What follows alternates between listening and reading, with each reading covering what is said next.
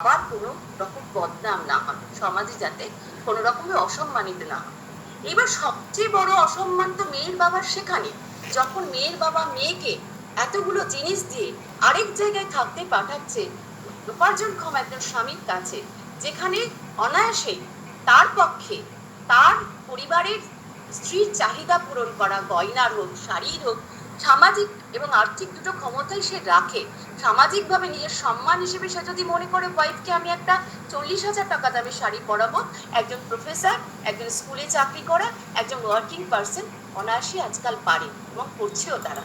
সে যদি মনে করে এতেই আমার স্ত্রী খুশি হবে, পারবে। সে কিন্তু তার শ্বশুরের কাছে গিয়ে 40,000 টাকা শাড়ি পরে আসুক সেটা চাইবে না। এরকম পুরুষও কিন্তু আমরা এখন দেখতে পাচ্ছি, আধুনিক এরকম পুরুষ দেখতে পাচ্ছি, যারা নিজেরা বলছে যে আমার ওয়াইফের কি প্রয়োজন, আমি যতটুকু পারবো, আমার যেটুকু আর্থিক ক্ষমতা দেব, আপনাকে বাক্সবন্দি করতে হবে না। এটা যদি একজন পুরুষও বলে থাকে, সেটাও কিন্তু আমাদের কাছে একটা বিরাট বড় মেসেজ, যে একজন পুরুষও কিন্তু বলছে যেটা ভালো লাগছে না, যে আমার ওয়াইফ এতগুলো গয়না পত্র শাড়ি জামা নিয়ে আমার কাছেই বসবাস করতে হবে, যে দুদিন পর আমার সন্তানের মা হবে, এটা আমাদের আর ভালো লাগছে না।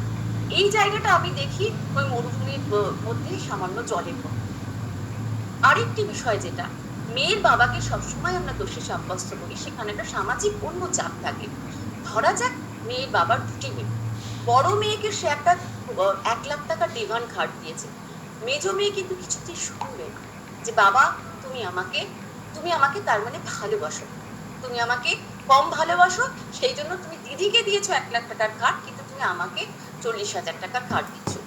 এই যে আমাদের বেঁধে বেঁধে থাকা পারিবারিক সিস্টেমের মধ্যে, যখন আমার একজন গ্র্যাজুয়েট মেয়ে বা আমার একজন এমএ পাস মেয়ে বা আমার পিএইচডি করা মেয়ে যখন আমাকে বাবা হিসেবে, আমি মেয়ের বাবা, আমাকে যখন বলছে যে তখন কিন্তু যে বাবা আমাকেও তুমি দিদির মতো একটা ডিমান্ড কার্ড দিও, তখন কিন্তু ইমোশনালি আমরা ক্যারিড হচ্ছি। যে বাবা কখনো পণ প্রথায় বিশ্বাস করেন, যে বাবা বিশ্বাস করে যে বিবাহের একটা সম্মান থাকে, বিবাহতে কখনো এইভাবে ট্রানজাকশন আসা উচিত না, সেই বাবাও কিন্তু কন্যা স্নেহের কাছে হার মানে। এবার কন্যাটি কেন বলছে, সে যে পরিবেশে বড় হয়েছে, যে ফ্যান্টাসির মধ্যে বড় হয়েছে, এইরকম বিরাট বিরাট গয়না পরে ম্যারেজ করতে হয়, গয়না ছাড়া, শাড়ি ছাড়া, এখন তো আবার প্রি ম্যারেজ শ্যুটও হচ্ছে, এগুলো ছাড়া জীবন অর্থহীন। এই যে অদ্ভুত একটা ভাবনা মেয়ের পক্ষের মধ্যে তৈরি হয়েছে, এটাও একটা ভয়ানক ব্যাপার। এবং অপর পক্ষে ছেলের পক্ষের কাছেও যে জিনিসটা তৈরি হয়েছে, যে আমার বৌমা আমাদের বাড়িতে কি দিচ্ছে, এটা যদি না হয় তাহলে আমার এই পাশে ব্যানার্জি বাবু ইসলাম বাবুর কাছে আমার মুখ পুড়ে যাবে, আমাকে কিন্তু এটা নিতেই হবে। এই যে পারস্পরিক দেশের আইনের ঊর্ধ্বে উঠে বা ম্যারেজ সিস্টেমের উপর তার শ্রদ্ধা এবং ম্যারেজ সিস্টেমের প্রতি আস্থা, এগুলোর উপর দিয়ে যখন তাদের এই আউটার এই সাইকেলটা তৈরি হচ্ছে, এই সাইকেলটা ভাঙা কিন্তু খুব কঠিন। এটা আমরা কারা ভাঙতে পারি, আমরা দুপক্ষকে কিন্তু শিক্ষিত করছি, যে বরপক্ষ বিবাহ করতে আসছে, যে ডিমান্ড করছে, দাবি করছে, তা সেও শিক্ষিত, এবং সেই সেকেন্ড মেয়ে যার বাবা বিশ্বাস করছে যে আমি বড় মেয়েকে এগুলো দিয়ে বাধ্য হয়েছিলাম, আমি সেকেন্ড মেয়েকে আরেকগুলো দেবো না, বা আমি এইভাবে অর্থ দিয়ে সম্পদ দিয়ে এইভাবে বড় করে সবকিছু করে আমি আর করবো না। একটি বড় মেয়ের ক্ষেত্রে করলাম, সেখানে কিন্তু সে হেল্পলেস হয়ে যাচ্ছে, সে পারছে না। এই না পারার জায়গা থেকে উঠলে তবেই কিন্তু আমরা একটা সিদ্ধান্তে পৌঁছাতে পারবো। এইবার প্রশ্ন হচ্ছে যে আমাদের শিক্ষার সঙ্গে আমাদের যে কাস্টমস, আমাদের যে প্রথা, সেটা বেঁধে দেওয়ার ব্যাপারটা আমাদের দেশে একদমই নেই। কি বেঙ্গল বলি, কি গোটা ভারতবর্ষে বলি, কি আমাদের মুর্শিদাবাদেই বলি, আমরা শিক্ষিত মানুষকে এমন আচরণ করতে দেখি মাঝে মাঝে, যে যেটা তার একদম মনে হয় যে এই মানুষটি শিক্ষিত, এই মানুষটি কলেজে পড়ে, এই মানুষটি একটা আধিকারিক। কেন না, আমাদের ইনস্টিটিউশনাল শিক্ষার বাইরে, প্রাতিষ্ঠানিক শিক্ষার বাইরে যে ভদ্রলোক কি বিরাট একটা ইন্টারন্যাশনাল সেমিনার করে আসছে, তার বিরাট হয়তো বক্তৃতা দিয়ে আসছে ডাউরি রিভিউস নিয়ে, এবং যার হয়তো বিরাট নলেজ রয়েছে, 5-6টা থিসিস পেপার দিয়ে সে বিরাট কিছু বলে আসছে, সেই ব্যক্তি যখন এসে নিজের পরিবারে বাধ্য হচ্ছে মেয়েকে পণ দিতে, বা সেই ছেলের বাবা যখন বাধ্য হচ্ছে পণ নিতে, এই বাধ্যতার জায়গাটা হচ্ছে আমাদের সত্যিকারের নগ্ন জায়গা এবং আমাদের সীমাবদ্ধতার জায়গা। এই সীমাবদ্ধতাকে কিভাবে এখানে একটা স্ট্রাগলকে, সীমাবদ্ধতা স্ট্রাগলটাকে জয় করা যাবে, এটাই কিন্তু একটা বেসিক কোয়েশ্চেন। যে আমি একজন শিক্ষিত মানুষ হয়েও দেখছি করছি, এই জায়গায় আমরা রেজিস্ট্যান্স তৈরি করতে পারছি না। এই রেজিস্ট্যান্স কারা তৈরি করবে? আমাদের ছেলে মেয়েরা, যাদেরকে আমরা বড় করছি, এই যুব সমাজ যাদেরকে আমরা বলি, যারা পরপ্রথা দেওয়া এবং নেওয়া থেকে বাবা মাকে বাধ্য করবে যে না, এই মেসেজ তারা কখনো বাবা মাকে দেবে না যে আমার বিয়ে থেকেই দেবে, বা ছেলে কখনো বলবে না যে আমার যে বৌমা বাড়িতে আসছে তার কাছে এই জিনিসগুলো নিতে হবে, এটা তুমি মা কখনো বলতে পারবে না। আমরা প্রত্যক্ষভাবে দেখেছি মুর্শিদাবাদে অ্যাডজাসেন্ট এরিয়ায় প্রচুর এরকম স্টোরি আজকাল তৈরি হচ্ছে, যে ছেলে বলছে মাকে যে তুমি কিন্তু বাবা মাকে বসে যে তুমি যদি পণের কথা বলেছো মেয়ে দেখতে গিয়ে আমি কিন্তু পালিয়ে আসবো, বিয়ে করবো না। এবং এটা আমাদের কাছে খুব ভালো, খুব আনন্দের জায়গা মনে হয়েছে যে ছেলেটা তাদের কিছু শিখছে, যে ওরা যা দেবে দেবে, তোমরা কিন্তু গিয়ে কিছু বলবে না। এই যে জায়গাটা, এবার ওরা যা দেবে দেবে, এখানে কিন্তু একটা বিরাট গ্যাপ থেকে যাচ্ছে। ওরা যা দেবে দেবে বলতে গিয়ে যদি এখন ছেলের পক্ষ বলে আপনাদের যা পছন্দ আমাদের দিয়ে দিন, তাহলে তো মেয়ের পক্ষ চেষ্টাই করবে পছন্দের পাহাড় তৈরি করতে, না চাইলেও সে যেভাবে দেখে এসেছে পছন্দের পাহাড়, বিয়েগুলো যে অ্যাটেন্ড করে এসেছে যেভাবে হয়েছে, সেই পছন্দের পাহাড়টা সেও ভাবে নিজের মতো করে সামাজিক মর্যাদা এবং আর্থিক সাহায্য ব্যাপারটাকে জুড়ে দিয়ে করবে। তো এইখানে রেমেডি আমাদের কি হতে পারে? ডাউরি আমাদের কখনো কালচার নয়, ডাউরি আমাদের সোশ্যাল স্টেটাস নয়, ডাউরি আমাদের কখনো আমাদের ম্যারেজের জন্য মানে সম্মান প্রতিষ্ঠার কোনো ওয়েপার নয়, টুল নয়। তবু এই টুলটাকে আমরা কেন বিয়ার করছি? আমরা ইনহেরিট করছি যেটা, সেটাকে আমরা কেন ভাঙতে পারছি না? এটা সব এভিলসের ক্ষেত্রে সমানভাবে সত্য, যেভাবে ডাউরি সিস্টেমের ক্ষেত্রে সত্য। এখানে হয়তো আমরা পারস্পরিক দোষারোপ করি, দোষারোপটা অনেকটা সেই আমাদের হাই স্কুলের টিচাররা প্রাইমারিকে করে, কলেজের টিচাররা হাই স্কুলকে করে, আবার ইউনিভার্সিটি টিচাররা কলেজে করে। ব্যাপারটা এইরকম দোষারোপের যে বোঝা, এই বোঝাটা বাড়তে থাকছে, আসল কাজটা কিন্তু হচ্ছে না। আসল কাজটা কিন্তু সেই ছেলেটি গ্রামের প্রত্যন্ত ছেলে গিয়ে তার বাবা মাকে যখন বলছে যে বিয়ে করবো, কিন্তু তুমি গিয়ে ওখানে এটা দাও সেটা দাও এটা বলতে পারবে না। কোথাও গিয়ে সে শিখছে, কোথাও গিয়ে তার মনে হচ্ছে যে এই সিস্টেমে, সেটা কেন? সেই ছেলেটি কিন্তু প্রত্যন্ত গ্রামের ছেলেটি দেখাচ্ছে কল্যাণ ইউনিভার্সিটিতে পড়ছে, বায়োটেকনোলজিতে নিয়ে পুনেতে পড়ছে, এবং সে হয়তো তার একটা নিজস্ব বান্ধবীও রয়েছে যার সঙ্গে তার ডিসকাশন করে মনে হয়েছে যে এটা এইরকম ব্যাপার, এটা হয়তো আমার সামাজিক অসম্মান হয়ে যাবে যদি আমার বাবা মা এই বান্ধবী বাবা মার কাছে কিছু চেয়ে থাকে। তো এই জায়গাটা আমাদের খুব ভালো করে বুঝতে হবে যে আমরা এইটাকে রেজিস্ট করার জন্য আমাদের হাতে কি কি ওয়েপন আছে। ফার্স্ট ওয়েপন যেটা হচ্ছে সেটা একটি মেয়েকে শিক্ষিত করা। একটি মেয়েকে শিক্ষিত করা মানে কলেজ সার্টিফিকেট নেওয়া বা ইউনিভার্সিটিতে পড়ানো বা পিএইচডি করানো। একটি মেয়েকে শেখানো উচিত what is marriage institution. Marriage ইনস্টিটিউশনে তুমি ঢুকতে গেলে, যেমন আমরা ভেবে নিয়ে এটা যে একটা বয়স হয়েছে বিয়ে দিয়ে দেবো ছেলে মেয়ে, তারপরে ছেলেমেয়েরা পারস্পরিক মারামারি করছে, জামাইয়ের ফোন আসছে, মেয়ের ফোন আসছে, শ্বশুর হতবাক হয়ে বসে থাকছে, জামাই শ্বশুরকে ফোন করছে আপনি শাসন করেননি, মেয়েকে কিভাবে মানুষ করছে, মেয়ে ভাবে করছে, মেয়ে বাবাকে ফোন করছে তুমি জামাইয়ের পক্ষ নিলে আমি আত্মহত্যা করে নেবো। এই যে ভয়ঙ্কর একটা জটিল অবস্থা, যেটা আমরা যথাসম্ভব চেপে রাখার চেষ্টা করি যে না এর তো প্রকাশ নয়, মেয়েদের কিন্তু শান্তি নেই। শেষ অব্দি রেফারি কিন্তু ওই বাবা মাকে হতে হচ্ছে, ছেলের বাবা মাকে হতে হচ্ছে, মেয়ের বাবা মাকে হতে হচ্ছে, আদালতের দরজা পর্যন্ত চলে যাচ্ছে, তারপরে নিষ্পত্তি হচ্ছে না। এটা কেন হচ্ছে? যদি আমরা প্রথমেই এই পণপ্রথার ব্যাপারটাকে, অনেক হৃদয় বিদারক ঘটনা যেগুলো আমরা পেপারে দেখি এভরি টাইমে, যে আনন্যাচারাল ডেথ হয়ে গেছে, আত্মহত্যা করেছে শ্বশুর বাড়িতে, কি পুড়ে গেছে, তারপরে দেখা যাচ্ছে যে শ্বশুর পালিয়ে গেছে, শাশুড়ি পালিয়ে গেছে, মেয়ের বাবা 10 বছর পর বলছে আমার মেয়ে নির্যাতনের শিকার। কিন্তু সবচেয়ে মুশকিলের যে জায়গাটা, যেটাকে আমরা রেজিস্ট্যান্স হিসেবে ধরতে পারি, এই যে মেয়ের বাবা এবং মেয়ের মা, যারা প্রতিদিন মেয়ের চোখের জল এবং কান্না, মোবাইলে মেয়েরা সবসময় হাজব্যান্ডের সঙ্গে ঝগড়া হলে ফার্স্ট ফোনটি কিন্তু বাবা মাকে করে, বাবাকে বলতে পারে না লজ্জায়, অনেক টাকা দিয়ে বিয়ে দিয়েছে কি বলবো, মাকে কিন্তু তারা কেঁদে প্রথম ফোনটা করে যে আমি সংসার করতে পারছি না, কি করবো বলো। মায়ের এখানে হচ্ছে সিস্টেম আমাদের, যেটা যে পরম্পরা আমরা ইনহেরিট করছি, বা মায়ের এখানে যে ভূমিকা, সেই জায়গাটা খুব মুশকিলের। মা স্বামীর যে আর্থিক অবস্থা এবং সামাজিক সম্মানের সঙ্গে জুড়ে দেওয়া বিষয় দেখবে, স্বামী হয়তো কোনো সময় তাকে বলেই দেবে বা বলে দেয়ও, আমরা অনেক ক্ষেত্রে এরকম দেখেছি যে তুমি মেয়েকে কিভাবে মানুষ করছো, পৃথিবীর সব মেয়ে সংসার করতে পারছে তোমার মেয়ে পারছে না। মা সঙ্গে সঙ্গে ভাবে আমি হাজব্যান্ডের কাছে একদিকে অপমানিত হব, আবার অন্যদিকে মেয়ে জামাইও আমাকে বলবে আমি কি করবো। সেই জায়গা থেকে মায়ের মুখ থেকে ফস করে যেটা একদম মেশিনের মতো বেরিয়ে যায়, সেটা হচ্ছে দেখ না কিছুদিন ওখানে সব মেয়েই তো করছে অ্যাডজাস্ট, কি কর। প্রতিটি ক্ষেত্রে এই জিনিসগুলো আসছে।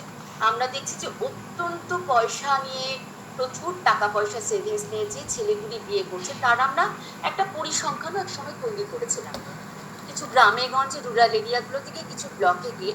তাতে অদ্ভুতভাবে একটা জিনিস আমরা লক্ষ্য করেছি, যেটা হয়তো মানে এস্টাবলিশ করা কঠিন আমাদের জন্য, কিন্তু হাতে কলমে কাজ করার কারণে বলতে পারি যে প্রতি 10 জনের ক্ষেত্রে আমরা যারা পণ নিয়ে বেশি পয়সা নিয়ে উইদাউট এনি প্রটেস্ট যে ছেলেগুলো সামাজিক প্রথা এবং তার দাবি, আমার অধিকার, পণ নিয়ে আমার বউ আসবে আমার কাছে, এই অধিকার বলতে যারা বিশ্বাস করে, প্রতি 10 জনের প্রায় 8 জনই দেখা যায় তাদের কিন্তু ডিমান্ড বাড়তে থাকে।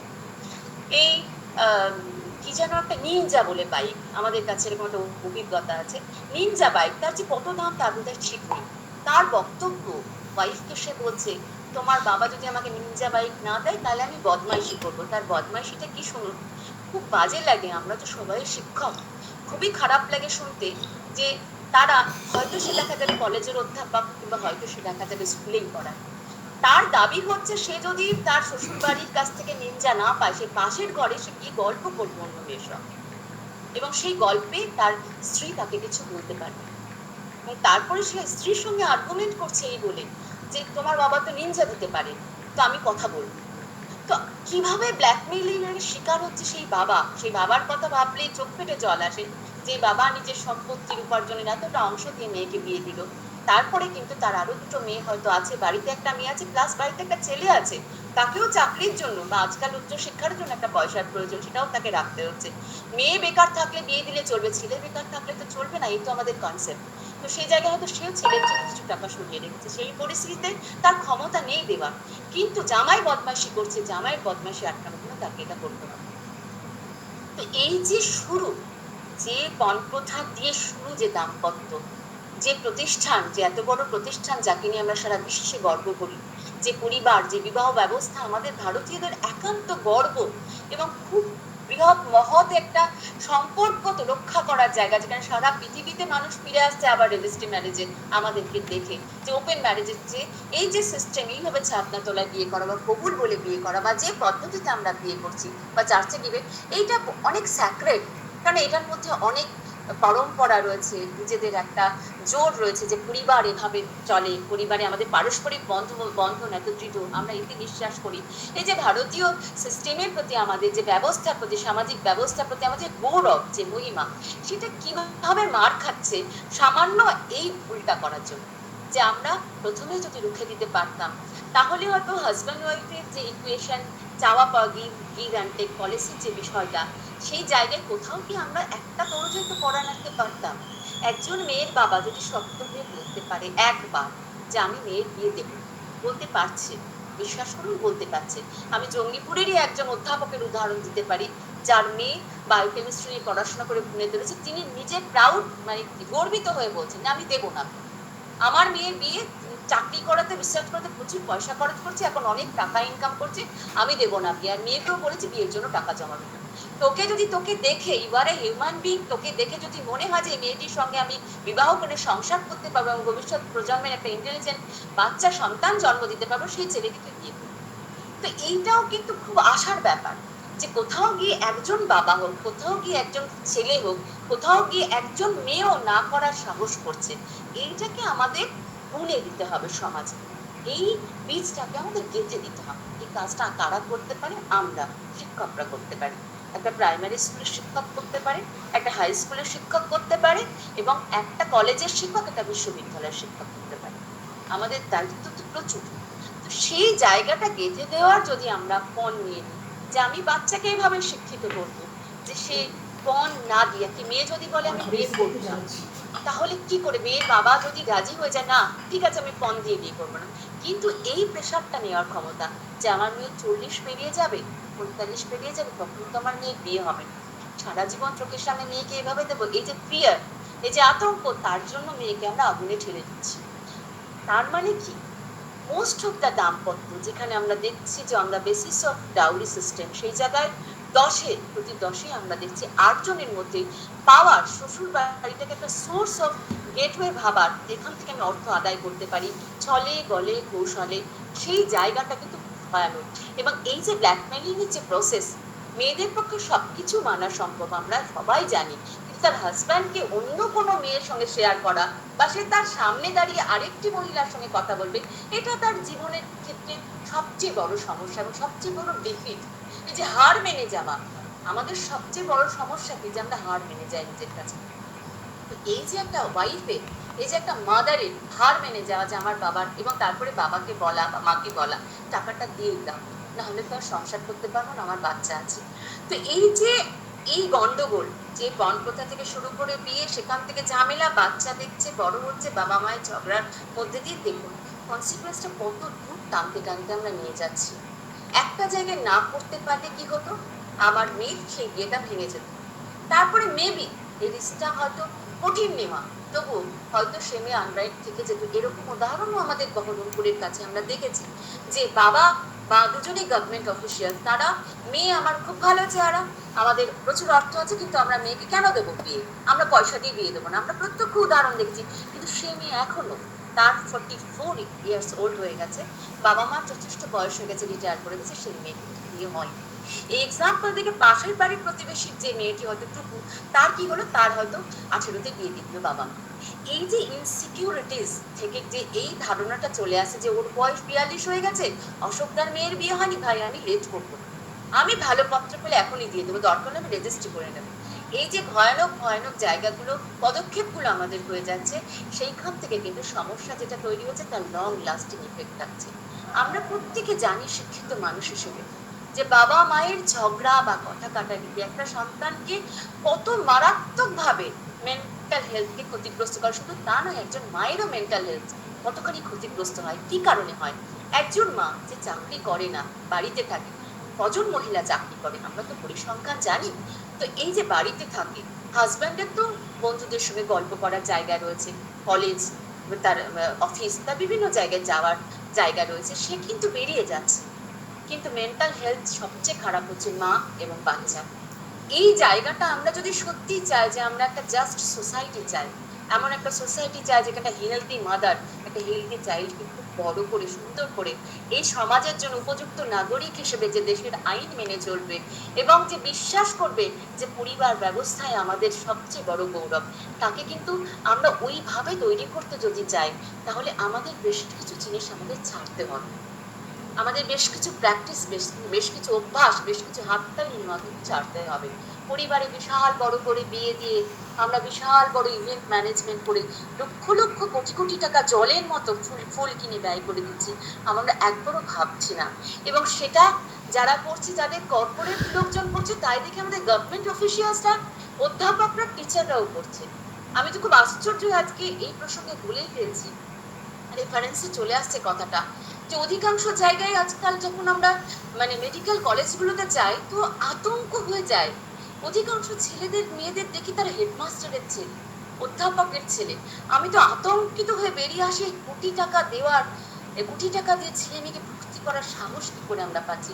পরে ভেবে দেখছি সাহস না, তো পাশের বাড়ি অশোকবাবু পেরেছে, সে তো একটা সাধারণ চাকরি করে অফিসে, ও তো অমুক জায়গার একটা 4th ক্লাসের স্টাফ ছিল, সে যদি ছেলে মেয়েকে পড়াতে পারে, আমি কেন পারবো না।